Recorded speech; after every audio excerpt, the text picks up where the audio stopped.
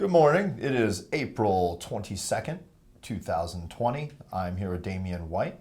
Today we're going to be talking a little bit about not only what's been transpiring in the last week or so from our last video, but also talking about monetary policies and how that can also shape environments politically and the things that we're watching right now. So I'm going to start off right now by talking a little bit with Damian about what we've seen just recently with the payment protection plan, how that money was allocated. It seems like there's a lot of similarities from the lack of transparency that we saw during the financial crisis of 2008. Damian, what's your perspective on what you've seen just recently with those types of handouts and the printing of money that was horribly mismanaged, in my opinion? Right. Well, I mean, that's basically the gist of it, is it was completely mismanaged. It goes back to exactly what we've pretty much seen in previous instances. There was crony capitalism. They're funding it out to their buddies, the true people that were wanting to get the money, the true small businesses, the local businesses, which is something like 59% of all employed people in the United States, were not actually getting the money. We've actually seemed to have maybe gotten the genie out of the bottle at this point, where there's, we're going into phases now, printing money with no expectation, no planning on how any of this is going to come back. Even if you go back to '08, a lot of that TARP and those bailout monies were loans, and a lot of it actually got paid back. Some of the money was even profitable for the U.S. government. This is just, it's way out of line, and I don't think they even know what they're doing at this point. Okay, so last night we were like 22 million, I believe was the jobs unemployment claim. Recorded. As of so far. Recorded, exactly. The bigger concerns that I see is if you are a small business, a true small business, not you have 1,000 employees out there, it's supposed to be 500 employees or less. Shake Shack, obviously, that was a big one, gave the money back, but apparently the money, because it was allocated, cannot be reappropriated to the right people. What do you think that's going to do in terms of this V-like recovery that we're hoping for if you're a small business right now that's already teeter-tottering on bankruptcy? Well, the V-shaped recovery is, that's fictitious. Yeah, I mean, if you look at the stock market, maybe we could be seeing something like that, but the stocks and the economy are completely different. Financial versus economics. Yeah, I mean, they meet together at a certain point, but, the stock market can completely dislocate just on fear and greed in and of itself. But, yeah, I mean, when you're doing those appropriations, one of the biggest problems was that these companies were publicly traded companies that were taking the money. That's not a small business. Whether there are small businesses out there that have 500 employees. You can find them right here in town. But they're not publicly traded. When you're publicly traded, you're answering to the public, you have shareholders, and you actually have access to the capital markets. You can go out there, you can do secondary offerings, you can do debt offerings, you borrow the money. I mean, the whole reason for capitalism is that, some of these companies are not supposed to survive. If they've been mismanaged with their executives, their executive compensation, stock buybacks, I mean, all that stuff, there's a reason why they went into the capital markets in the first place, and now the actual business owners and employees are not getting the funding that they need.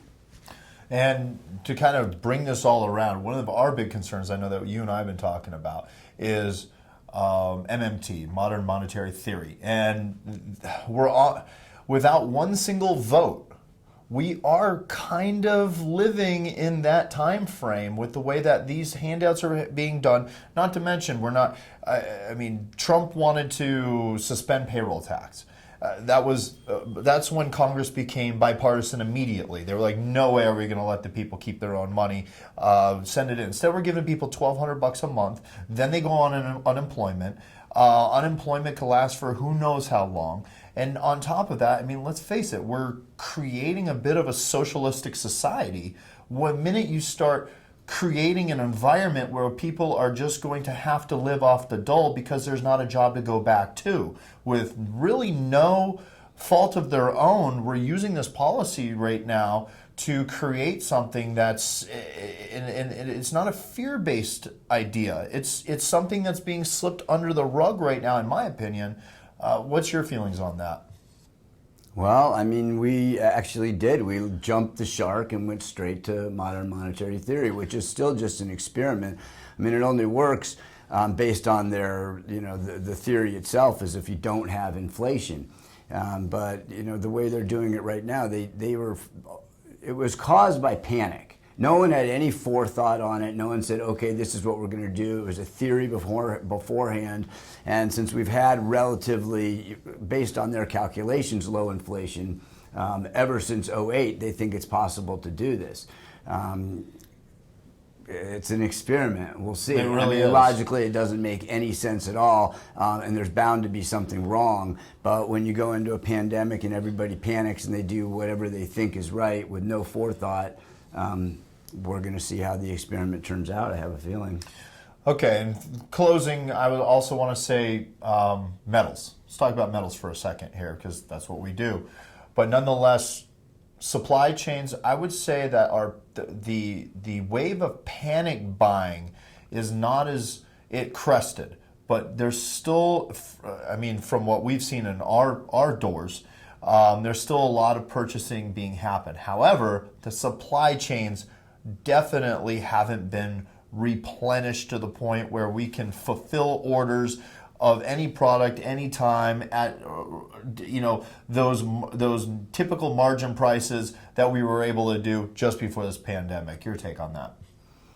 Well, I think we're running into just a typical supply and demand issue. The demand is just through the roof, and the supply is not there because of a lot of reasons. The supply chain is certainly a big one, but the supply just in general has been dwindling for years from mine productions and things like that. An interesting thing that I was talking to with another one of our associates, Tim, earlier, is that there's been a lot of oil movement. There's been a lot of issues in the oil market recently because there's too much supply. There's so much supply they don't know what to do with it. So oil actually traded negative $40, which has never happened before. It's completely unprecedented. No one had even seen it, didn't know what to do about it. We're seeing an opposite situation in the gold markets right now where, like you said, there's not enough supply. Yet when you go out into the spot price, which most of our viewers would be looking at, they do not have the gold to do that. So we're wondering if the possibility is for the reverse action, so you see gold actually have a melt up to the upside because they can't deliver what people want. The demand is there. People are going to want to take delivery. Just like there was too much, no one wanted to take delivery of oil. So we could be seeing, a very interesting dynamic in the next few weeks to a couple of months. So I would think it's pretty good for people to, if they have an idea to get gold or silver for that matter, you should be looking into it soon. Looking at the contrary between those two, that's a very interesting perspective. I don't think anybody else is talking about it quite the way you explained it. So I appreciate that. Thank you very much for joining us. If you guys want to follow our blog, by all means, tune in next week. We're going to come, every single week during this pandemic to update you on what's going on. Thank you very much. We'll talk to you soon. Bye now.